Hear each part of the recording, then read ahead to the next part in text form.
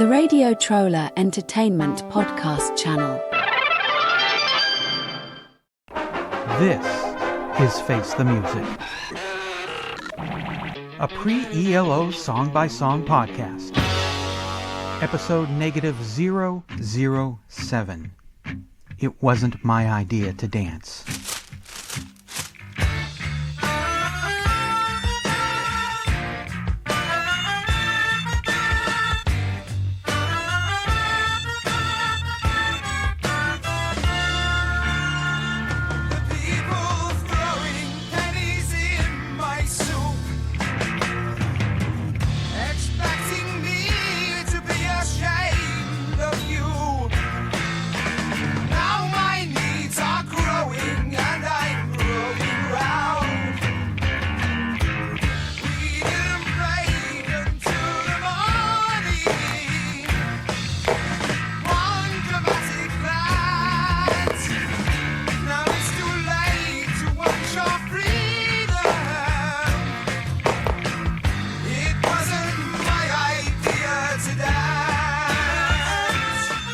What's that song all about? It Wasn't My Idea to Dance is the sixth track, first song on side 2 of Message from the Country, released on June 1st, 1971 in the UK, August 15th, 1971 in the United States. It was written by Roy Wood. In the September 30th, 1994 Goldmine article, Roy Wood, the Wizard of Rock, Roy said, I think I played oboe on that one if I remember correctly. John Mendelsohn wrote in the October 14th, 1971 issue of Rolling Stone, My own personal favorite is It Wasn't My Idea to Dance, which finds Wood singing such perfectly cerebrum-sizzling lines as, Now it's too late to want your freedom, it wasn't my idea to dance, with a hilariously straight musical comedy delivery, much like the one he employed on the bridge of 1967's Flowers in the Rain, in front of the most sinister imaginable bass and imprudently dissonant Near Eastern woodwind choruses. How perfectly astonishing, you'll exclaim. In the November 1981 issue of Trouser Press, Roy Wood said, I used oboe on some of the Message tracks. I've been playing oboe since the idea for ELO came about because I wanted to play oboe on stage. I was bored with guitar. On a lot of those tracks I played bass and Jeff played guitar. He took over as lead guitarist for a while. You two ought to dance. Don't want to dance. Dancing is out. Dance with my sister. All right, I'll dance. You want to dance? Yes. All right, here we go. Dance. Don't dance now, boss. I'm Eric Paul Johnson. And I'm Eric Winsenson. You want to dance? It wasn't my idea to dance. Well, you just did the abrupt single edit of the whole stupid, pointless bit that I was going to start with. So I was going to go back and forth for a while until I said, well, people said we should dance, but it wasn't my idea to dance. All right. Let's just move on then, since Eric stomped all over my stupid bit. Move on. Oh, I completely missed the stupid pun there. This song shows that it matters in what order you hear songs in life. I first heard this in '85 on Split Enz. A friend gave me a Roy Wood CD, December 1989 for Christmas.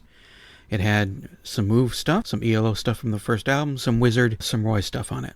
The CD got a lot more listen than the Split Enz record. I don't know why.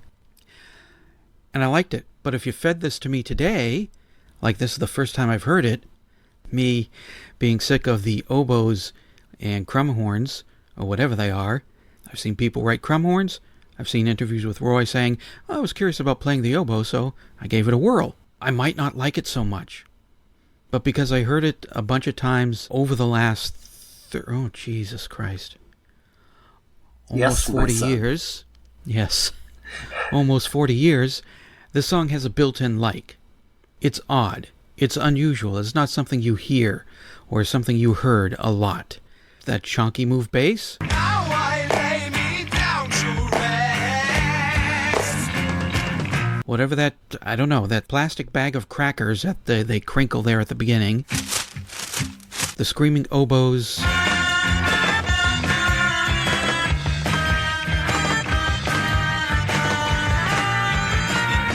It's got this weird, arty 60s feel to it. So I like it. If this is the first time I heard it, I wonder if I would still feel that way. I like the transitions that the bass makes.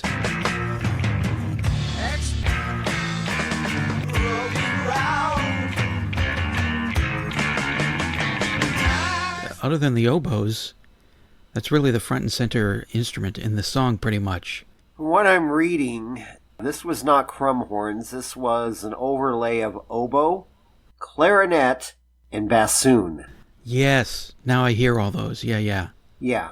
So, I think you still would have liked it, simply because this is in tune.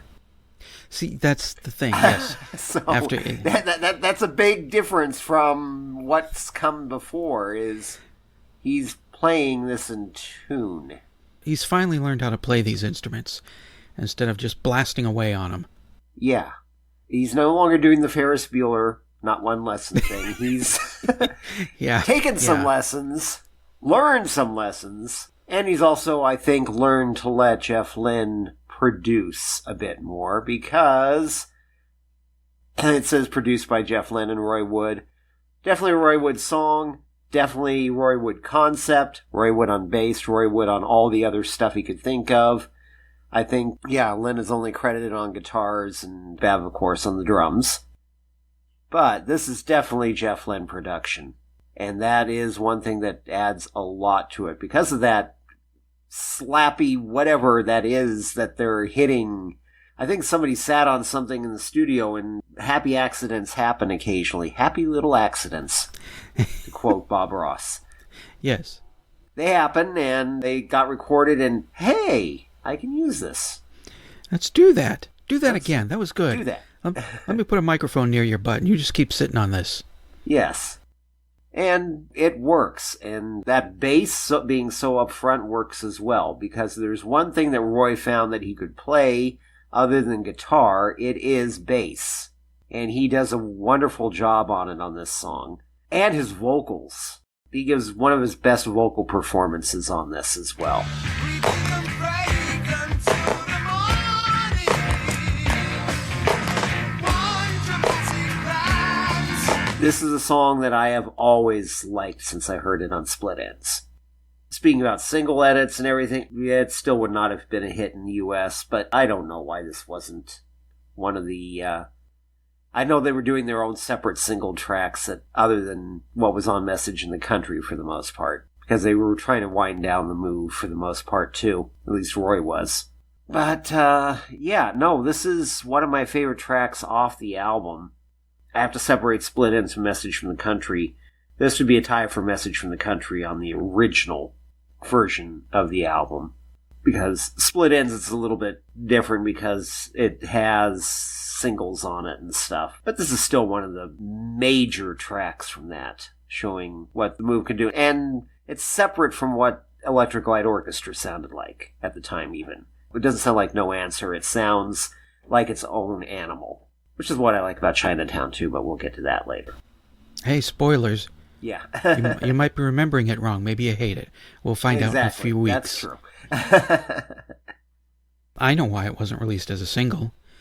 It's because, as Roy said, EMI is paying for Electric Light Orchestra, and to do that they made singles as commercial and as poppy as the move could. And I don't see this being as commercial and poppy, at least here in America, at a time when the Partridge Family and Bread are tearing up the top 40, and then to go to this is quite jarring from that stuff.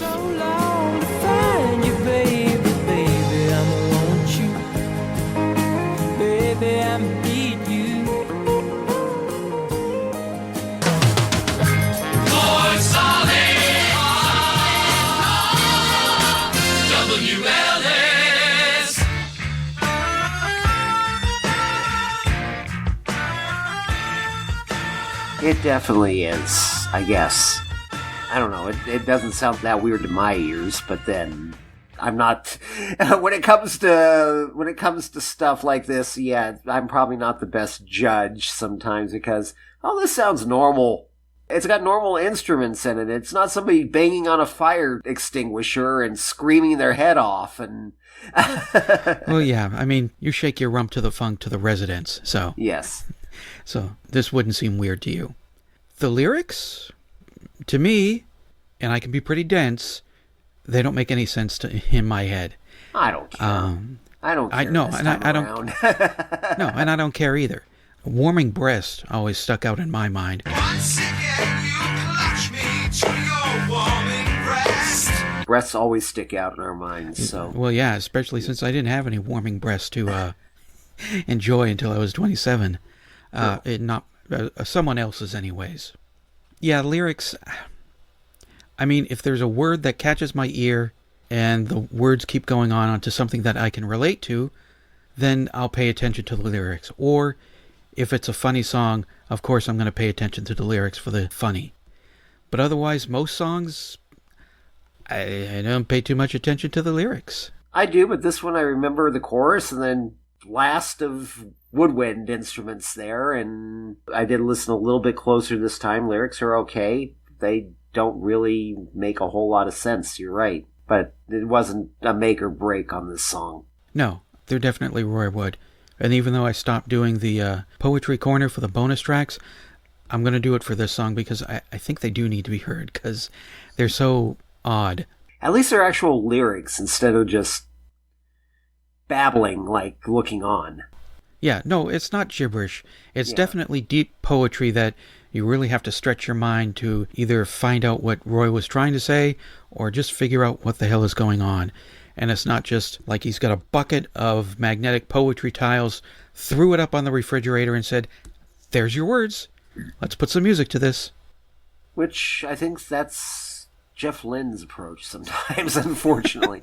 Moon June, okay, we've got it. But this is definitely a highlight from the album. I know a lot of people are saying it's the best song, but no, I think it's equal with the title track. If we're going to break down the original Message from the Country, it's equal to the title track. I don't think it's the best song on the album, but I do think it's a pretty damn good song. I might sound weird to you people today. The wife has been barfing her brains out for the last 24 hours, and right now she's dead asleep, and all my recording setup is in the bedroom. So I am not going to tell her to get up and go downstairs because I got to talk to my friend about a Move song. So I'm using an old microphone that hopefully is working well enough. So you're not going to go up and elbow her and say, "Hey, I got to do my show. Get out of here. And while you're at it, I'm hungry." Come on. I got to do what I got to do here to make $20 a month. Yeah. There's a toilet downstairs too. You can barf into that. Yeah, I don't recommend. Not if I ever want to get my hands on her warming breasts ever again. Not if you want to have hands. I guess there's that too. I hadn't thought of that part of it. Got something to say about "It wasn't my idea to dance"? Well, call the telephone line voicemail. 623-850-3375. Call now. Do you like boobs a lot? Yes, I like boobs a lot. Boobs a lot, boobs a lot. You gotta like boobs. Face the Music, a pre-ELO song-by-song podcast, is a production of Radio Trolla Entertainment, Assorted Deli Meats Amalgamated. You can contact us by voicemail at 623-850-3375 or email us at eloftmpodcast@gmail.com and we'll read and reply to it on the show. Keep up to date by joining our Facebook group and spread the word by sharing the link or giving us a quick rating on iTunes. Subscribe to our YouTube page, the Electric Light Orchestra Podcast channel, to hear other goodies. You can financially support the podcast at patreon.com/ELOpod or PayPal using the podcast's email address, or send a check or money order to P.O. Box 1932, Superior, Arizona 85173. Next episode, -006, The Minister.